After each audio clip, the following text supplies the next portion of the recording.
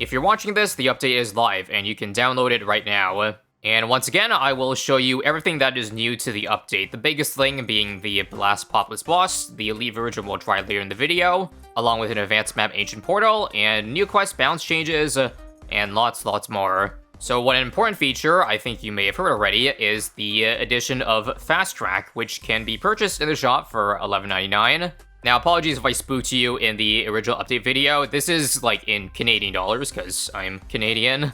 It's only 9 USD, which hopefully should be a little bit more reasonable for you. And let's go ahead and buy it. Before I buy it, though, I'm gonna make sure to enter creator code ISAB. I think he's a cool guy. I would have actually picked that ISAB Extras dude, but he doesn't have a code, apparently, so yeah. BRB while I buy this. Alright, and there it is. Fast Track mode has been unlocked, along with a couple instas with the same pack here. Additionally, there is a new thing in the shop as well, a Pets Fan Pack, where if you missed some pets from the trophy store, you can get them all, well, with one click of a button here. That's all. So to enable Fast Track, we go here, Extras, and there it is. You can enable it along with Double Cash mode to really speed up your Black Border process. You can also, there's a new button here.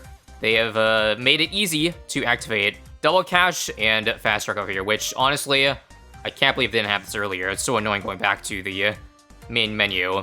But now I'll just show you, for example, for a hard standard mode, we should be starting around 20, right? Actually, 22, right, because it starts around 3 normally, so we skipped 19 rounds and started with $9,700 with Double Cash. Cool. Additionally, trophy store items. There's only a few this update, but the few they have is pretty epic. Look at this. Flavored Trades Buccaneer. They've done it. Ninja Kiwi actually did it. I don't know if I want to be the one to take credit, like, for this Soul Edition, but I will say I have set this a lot over the years, so I'd like to say maybe I played a small factor in that. And then we'll go ahead and get this banner too, and yeah, all items purchased. Now let's head on over to Boss Challenge, where we're gonna tackle Elite Blastapopoulos for the first time. To fit the spooky season, we've selected Haunted as the map. I've also did a little bit of a head start already, and gone all the way to round 33 with the following defense. Again, if you've seen me play bosses before, none of this should be really a surprise in terms of strategy. Basically sell Geraldo's NFT past round 30, get all these farms 202, sell them, and go for a Monkeyopoulos. I think I need to sell this, yep. 1 discount sell to be able to afford this just barely. I know IMF farming is a little bit more efficient than this, but I didn't feel like using it today, so we'll leave it at that. And now we'll just build as many marketplaces as we can until round 40 comes in. Normally I'd also go for a balloon trap, but since on this map, you know, the balloons come from 2 different lanes, it's probably not as efficient to go for it. Or rather, there's no spot where the balloon trap can reliably eat up a lot of balloons at once, so yeah. Let's talk tier 1 defense now. I made a mistake last time when I tested normal Blastapopoulos using a sticky bomb, because I thought the 500 damage, like, per sticky worked on it, but as a lot of you noticed, and now that I notice in hindsight, it's bad. In fact, it doesn't even work at all against Blastapopoulos, because, as I should remind you, Blastapopoulos burns off any damage effects applied to them, reducing the length of DOT, and apparently reducing even just a small percentage of a DOT means the Sticky Bomb doesn't even activate. So I guess that partially answers the question of how NK is going to tackle, like, meta towers for bosses. Simply make them unusable. Here's my alternative instead. It might be crazy, but hear me out. Assassin, and I'm gonna build a 3rd Assassin too, if I can afford it. The reason why this might be controversial is because, well, Blastapopoulos increases ability cooldown rate.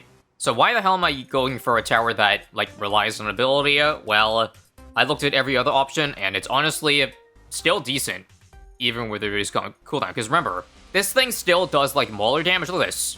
33 per shot. Also, this seems consistent every single time, but I guess at the start of each Blastapopoulos spawn, every tower gets, like, stunned for brief moments. But yeah, these should all be targeting strong, and I guess it might be worth it to go for a Jungle Jumps too after I get my 3rd Assassin. Because yeah, looking at the mauler damage here, I think it's 18, even though this is, like, not cost-efficient-wise compared to Mauler in terms of base damage. Trust me, the 750 adds up. So we just use Skull ability to get to the Skull, and the good thing too is that it won't stun, because based on the price of the towers, Marketplace is the one that gets hit first. Also, let me just go ahead and get a cam protection for next round, in case. But personally, I believe straight maul damage is going to be enough. Even, I guess the rock's in the way. And because the mauls do such high base damage per shot, it barely fills up the heat bar too. As you can see, we're at Skull 2, and yeah, it's really just when hits a skull does the heat, like, go up insanely high. I ain't worried, though. I'm mostly worried about the lack of defense. Do I need a second Druid of the Jungle? Yeah, just to be safe. Yeah, we still leak lives. From some light testing, I also noticed that Elite Defender isn't terrible against Blastapopoulos, but I just think maybe Assassin is just a tiny bit better, because one, Elite Defender shoots very fast, so it'll fill up heat pretty quickly, even though it does like 7 damage per shot. And also, it would get stunned every single time, pretty much. Anyway, danger alerts. We're hitting the heat right now. So, let's see if we can hold the line here for however long this gets done for. Honestly, I don't think the heat stun is that bad. It only seems to be for a brief moment. Also, I forgot to take this into account. That my Maulers have limited range, so am I really going to rely on only Assassin ability to do the rest here? I don't think it's strong enough. Alright, let me just quickly build a quick, maybe 2 Maulers over here. Right, the reduced range 2 really sucks. Maybe in that case, Elite Defender is actually better, despite, again, the downsides I mentioned earlier. It's really a pick your poison kind of thing, let me just say. Also, this time it seems to stun my Mauler and my Plantation, which is not the most expensive, at least this one isn't. Next stun hits both of my farms here, and last skull. This time, stunning, well, the farms again. At this point, we can just let Blastapopoulos get really deep into our defense, because the Assassin abilities will eventually whittle the last of the HP down. And that wasn't too terrible, was it? It did just take a very, very long time to kill it, like 11, 12 rounds at this point. 2 Assassin abilities, and GG. I apologize if the defense looks a little bit scuffed, because it definitely is. Trust me, I play better than this, at least when the situation calls for it. You ever hear the sports phrase of playing down to your opponent? Because I feel like I do that a lot of times for bosses. You won't see my best gameplay unless it's like a ranked boss. And then you'll see me pull out all the stops. But by that, I mean like a way more efficient farming defense, because even with the restrictions the ranked rules have, I would usually have a Banana Central by now. But right now it's round 58, and I think I'll only get it at the end of this round. Let's see, if I sell 4 of these, the money should be there. It's still not there. Okay, fine. Sell 1, sell 2. Wow, we gotta shoot towards 2. There we go. I know this will leave you with, like, no money going into round 60, but we can probably build up pretty quickly. For that, again, I'm thinking Mad. Like, out of all the options, it really does feel like the least bad one. 1, because of high damage, not creating heats. 2, because of infinite range. And we can work around the tiny stun that Blastapopoulos gives. Alright, here we go. 270k HP for Tier 2, which is just 10% less than Tier 2 Bloon Arius, just for some food for thought. Crap, the money's really rolling in slowly, isn't it? Hell, I even need to get back my Maulers to defend this round. Jeez. Again, it should be alright. There's no harm letting Blastapopoulos get very far, because it doesn't spawn balloons like Bloon Arius does, or souls like Lich does. It just isn't ideal, of course, to be $7,000 short of Mad, even 2 rounds in. In fact, crap, I gotta use the ability for the F-mobs here. I think I'll sell. Yeah, sell this now just to afford it earlier, frick it. We should be able to handle the balloons in the meantime. How about a Morglaives just for this round? And then we'll get outbuff to increase the attack speed too. And then we'll start overclocking the Mad, because the situation definitely calls for it. I'm hoping OC Mad is all I'm gonna need. This time it didn't even stun the MAD, so I'll take that. Thank you for stunning the discount village. And crud. Panic? Why did is Morglaives getting blocked? No, it shouldn't be. But this is a good mat spot, it feels like. Let's not speak too soon. And balloons are still getting through my Morglaives. Okay, let's try this again here. First skull. Let's make sure it doesn't stun the boomerang, so I'll drop that down now. I think it's the rocks that are killing the projectile of the 4-2. That's why we're struggling so much. Maybe I should wait for wave 3 to pass and then hit skull 2.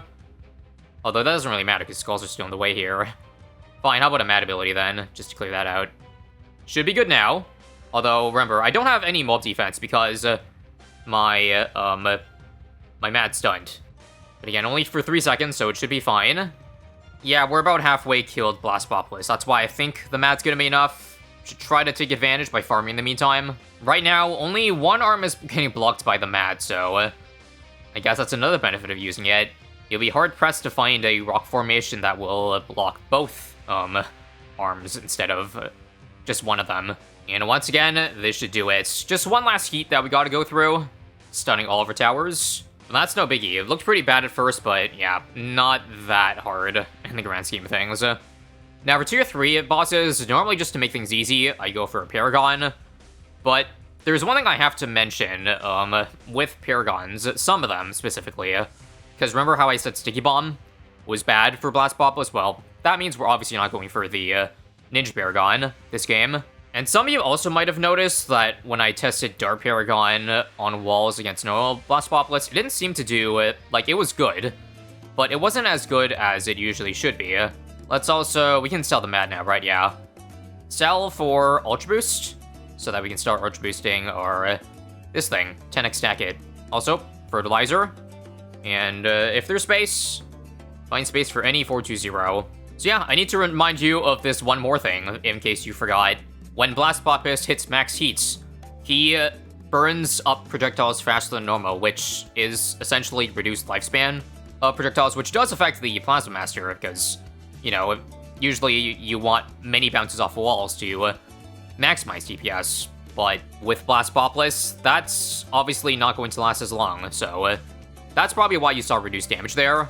Hence, 2 Paragons right there affected by Blastapopoulos. And so I think for 2-3, we're gonna try Glaive Dominus instead. I guess because I already dropped the Boomer down, so got a couple of pops so we can make it a bit higher degree to defend. I'm also thinking because it has such a massively reduced range, let's do the following.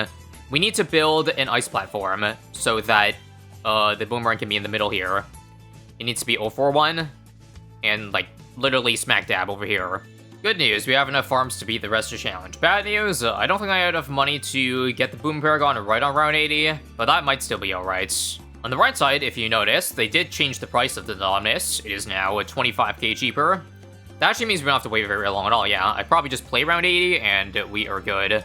And this year should be all 100 tiers acquired for max power of the tier category, because it's not like Glaive Dominus would be able to hit Blastapopoulos anyways. Also, look at that tiny ass range, that's what I'm talking about. That might be how bad Glaive Dominus' range is, but on this map, it's good enough, right? Well, it better be, or else we'll throw hands. Should be a degree 20 at least. I don't even think we need degree 20 to beat it, but that would make things a lot easier. Blast off, and 23. Alright, range isn't too bad for now. But remember, when it hits heats and stuns, or rather throws fireballs at Glaive Dominus, it's gonna look very bad. It should be enough, though. Let's see. Yep, here comes Fireball.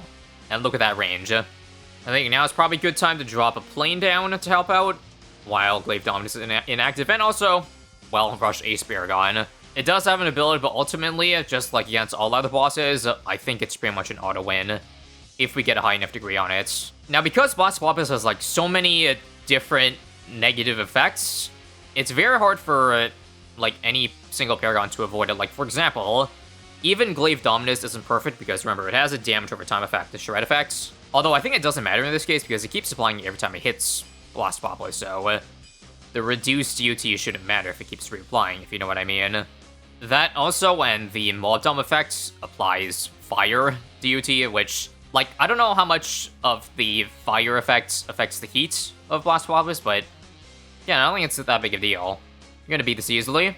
And I'm not gonna lie, I'm feeling a little bit lazy, so I kinda just want to keep the Glaive Dominus here for tier 4 as well. Because otherwise, what else would I build for tier 4 if not buy the same thing again? Since I don't feel like farming any more than this, because I think it's enough. It's probably just better to farm the money to save for the Ace Gun, and any other subsequent things I want to add, like Paragon Totems, for example. Oh crap, if I didn't already, I should have dropped the NFT way earlier, so that it gained, like, some more interest. That's an easy way to make money without, you know, a lot of dropping more towers down. Sorry for cluttering the map. We'll get rid of the clutter soon when we build the Ace Paragon, which honestly might be in the middle of tier 4, because I don't think this is going to solo tier 4, so we'll probably just build it to clutch up at the end. And if it's degree 40, then we take it, because that's probably enough to win. Especially since I'm gonna keep, again, dropping these every single round. This is probably the most efficient, cost-efficient thing to add damage in the meantime. I will also play around 100 here, and use Overclock on the big plane. Again, the cheapest way to build up 100 tiers for the aces is 4 2 zeros. This is probably going to F up my heat, but whatever, I don't care. I also just realized that there's one thing I could pull out if the heat does screw us up. It hasn't been an issue because the balloons haven't been fast enough, but because of the global stun when it hits max heats, what I could do is use the Reju potion to refresh all my abilities, and maybe like clutch a Star Bomba, because that's going to be unavailable because Blastapopoulos also increases the ability cooldown when it hits max heats. So that'll be really clutch for if DDTs try to get us, which might be here, right? Skull? Oh, not quite max heat yet, but it's gonna hit it really soon. Which, oh, that's bad. This round is where DTs come out. So let's get ready. Here it is, max heat. So watch this, see? Oh crap, Rejuve doesn't work. Okay, I thought it would refresh the cooldown. Let me watch again. Okay, never mind. I didn't do anything, we still won. That stun wasn't anywhere near long enough to do anything. That's kind of crazy how it didn't end up mattering at all. Which is a good sign, but I'm surprised we're able to get away with that, on elites. And with DTs running by that quickly. But I'll gladly accept it. We are now at 13 Paragon Totems. And 3 8s through the way. We actually might be able to beat it with only the Boomer Monkey. So here we go, heat now, but this is not an issue because it's not DDTs. Yeah, they didn't even get halfway before the towers came back. And we are going to get really, really close to beating, this solo.